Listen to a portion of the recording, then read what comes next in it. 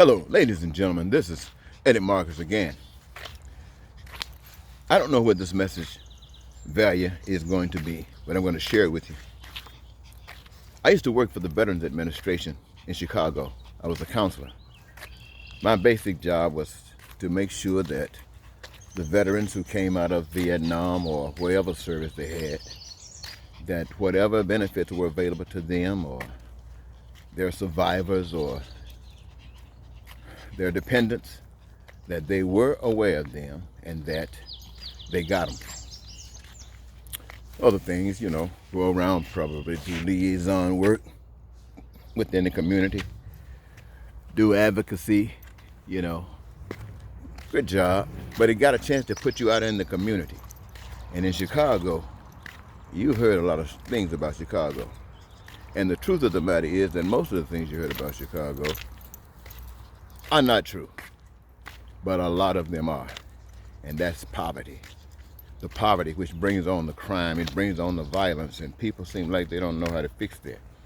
And I just witnessed that stuff, and it didn't make too much sense to me that people would allow this to happen, especially in a society, my friend, where people are always talking about God, always talking about church, always talking about tithes and offerings. Just didn't make any sense to me. So I figured something had to be done. And so I made a decision that I was going to do something about it. So I quit working at the Veterans Administration. Man, I'm not going to try to tell you every little detail, but I'll tell you the main points. I ended up volunteering for the Navy. Now, I had been drafted earlier, but I wasn't going because I'm against violence, I'm against war. But at this time, I volunteered. I had reason enough to volunteer. Jimmy Carter was president at that time. Well, eventually, as you know, Jimmy Carter lost and Ronald Reagan became president. And Ronald Reagan, for some, he was an angel. And for many others, he was a demon. When I saw people and recognized and felt the pain of those who saw him as a demon, I was embarrassed because I saw myself as an American who was filled with love. I saw myself as an American who walked around with answers to all the major problems of our social order. And here I am in an American uniform, and the president is causing people to feel that his concern for them is the money. I became ashamed to wear the uniform. So I ended up refusing to take orders.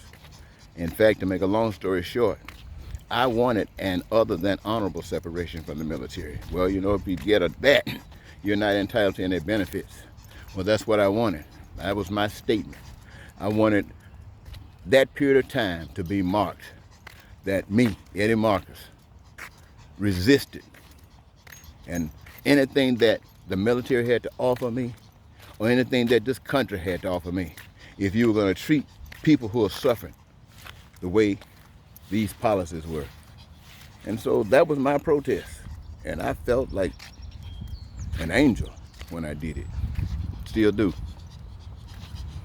Now, I've come back here, make a long story short, I'm not going to tell you everything.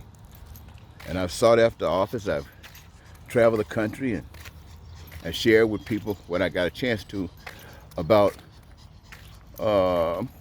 what being real really means. And I've listened to them talk about and preach about this God and this love stuff. And I noticed it never happened. And when it happened, it was in the weakest form.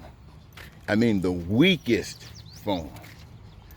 It's like if you had a choice to do something good, to let a family live in your house for a week, or give them a peanut butter jelly sandwich, what would you do? You're giving the peanut butter and jelly sandwich. Why? Because you don't have that level of empathy to let somebody just, and usually if they were in your house a week, they were really up and down in some stuff. And your gift would have been magnificent compared to a jelly sandwich. But that would have been your choice because it was easier. It made it easier, and you can feel that you've done God's work. But see, that's what people have turned Christianity into, doing the little simple stuff, the little easy stuff. Donate a little bit to charity. Give your tithes and offering thinking you're helping somebody. All the time, you're facilitating the evils of the world. But you don't know that, so you can't be held guilty for what you don't know. You don't know it because you have been born and brought up in a situation where all of that has been denied. And everybody who tried to tell you that don't know what they're talking about. They're reading what somebody else said, talking what somebody else said, and trying to act like they can interpret it better, and they can't. That's why I got all this division. All of this division is a sign of is a sign that they do not know what they're doing. But yet still, the people are following them, still following them. And to the point that we've allowed so much evil to take this nation down. Well, I hope I didn't get off my point. I got to, well, every time I get to start talking to you, I get carried away. I want to say this. Many of you are thinking Donald Trump and his supporters are down in doing their thing. They want to assemble themselves. They want to celebrate racism. They want to celebrate hate. And they want to come back together and ignite the energy so they can be filled with energy.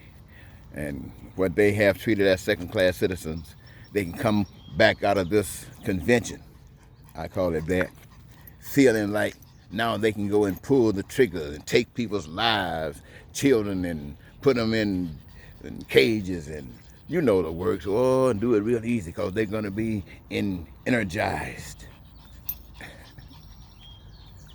But I ask that all of you, ladies and gentlemen, take a moment and pray for them. They have suffered dearly. We think we have suffered. But anybody whose morals have been so depleted to this level that and lack of empathy, they have been through some stuff. So they need all the love they can get. So with the kind of love we're going to give them is we're going to change America, and we're going to make it beautiful. We're not going to ride on some old train that we've been riding on all the time. We just got challenged with the biggest devil we ever known. And we ain't finna get back on that train that led us here. We're going to create us a new train. You hear what I said? We're going to create us a new train. A new train that's where the people have made the decision of a destination. And each of them are willing to play a part. And the part that they're willing to play is the part that gives them their greatest joy. And it is that part that is absolutely essential in, as far as we having the fulfillment of our dreams. So ladies and gentlemen, that's just it. That's just it. Forgive Trump and those guys. Forget about trying to ride that old same old train. Make up your mind. We're going to do a new thing. And it's based upon we the people. Until next time, this is Eddie Marcus saying God bless you and goodbye.